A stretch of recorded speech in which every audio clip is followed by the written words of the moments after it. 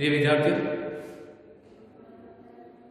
पूर्व क्लास में हमने अर्थालंकार के अंतर्गत उपमा अलंकार के बारे में अध्ययन किया था।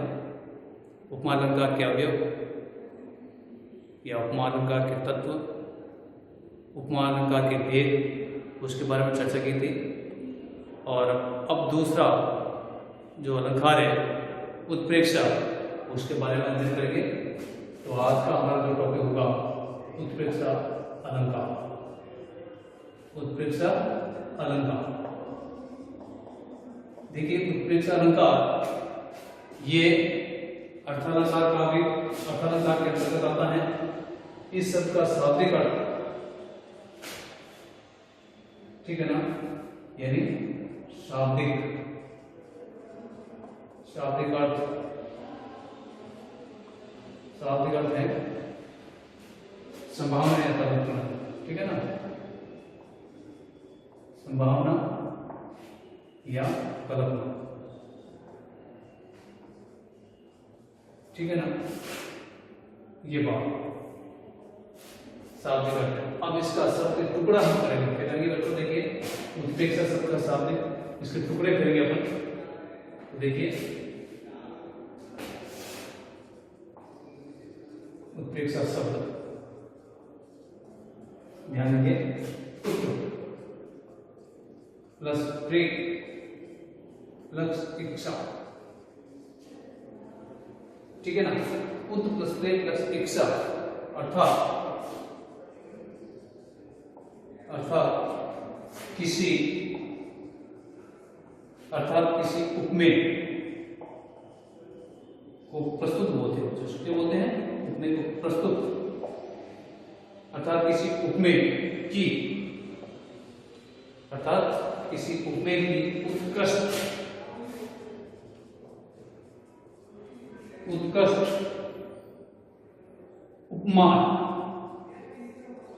उपमान को अप्रस्तुत बोलते हैं। क्या बोलते हैं?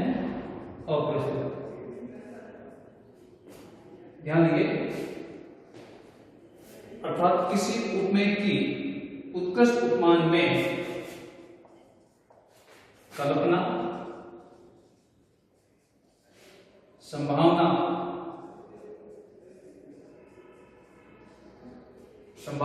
व्यक्त की जाती है,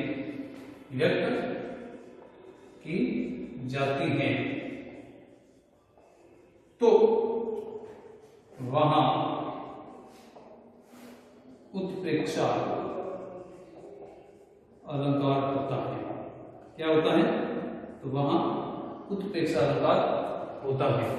ध्यान दीजिए, वहां उत्प्रेक्षा अलंकार होता है, ठीक है ना, ठीक है ना। तो ये उत्प्रेक्षा अलंकार होता है। इसमें देखिए विशेष रूप से ध्यान देने की बात है, इसका जो शाब्दिक यानी पूर्ण रूप से अपन कह सकते हैं, पूर्ण रूप से किसी वस्तु में,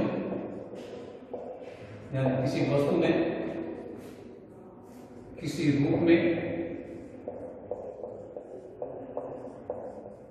रूप में या किसी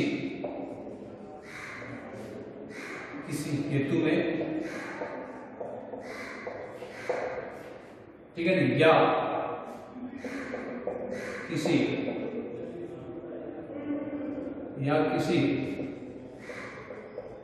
फल में,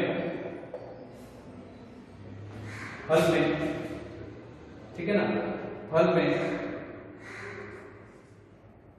उपमेय में उपमान की, फल में उपमेय में उपमान की कल्पना या संभावना,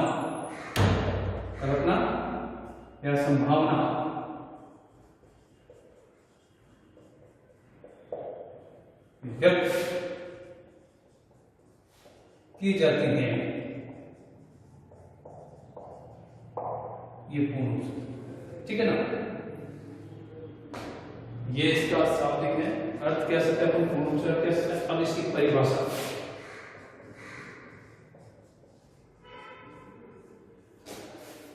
ध्यान रखिए, परिभाषा में क्या कहेंगे, किसी उपमेय में उपमान, किसी उपमेय में उपमान की संभावना या कल्पना कर ली जाती है,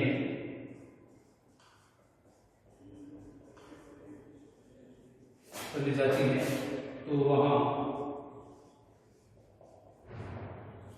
उत्प्रेक्षा अलंकार होता है। वहां उत्प्रेक्षा अलंकार होता है। क्या होता है बच्चों? उत्प्रेक्षा अलंकार होता है। ठीक है ना? किसी उपमेय में उपमान की संभावना या कल्पना, क्या कल्पना व्यक्त कर ली जाती है, कल्पना कर ली जाती है या कल्पना व्यक्त कर ली जाती है, तो वहां उत्प्रेक्षा अलंकार होता है। ठीक है ना? अब देखिए, जैसे उदाहरण देते हैं, उदाहरण ध्यान देंगे। सबसे पहले मुख, मनु, लसे, मयन। मुख, मनु, लसे, मयन।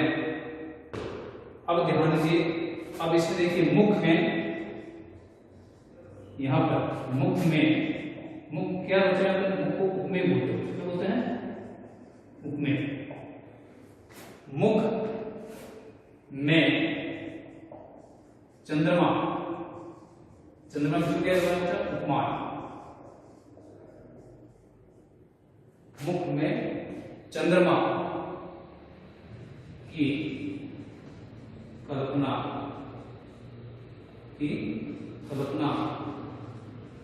व्यक्त की गई है।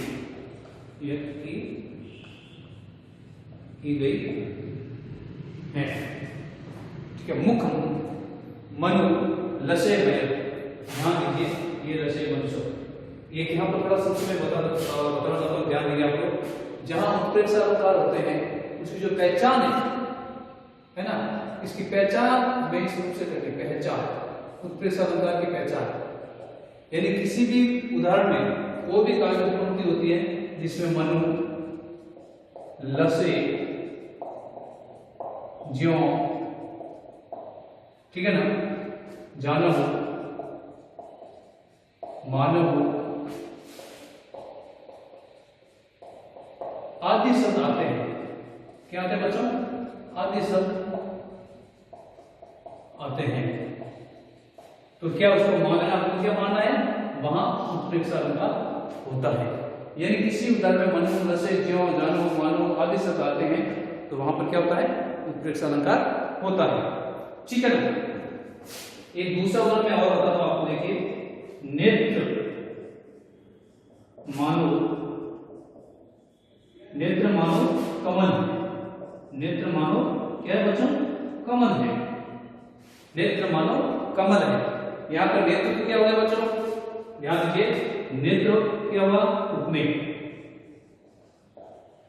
ठीक है ना? और कमल क्या हुआ? उपमान। ठीक है ना?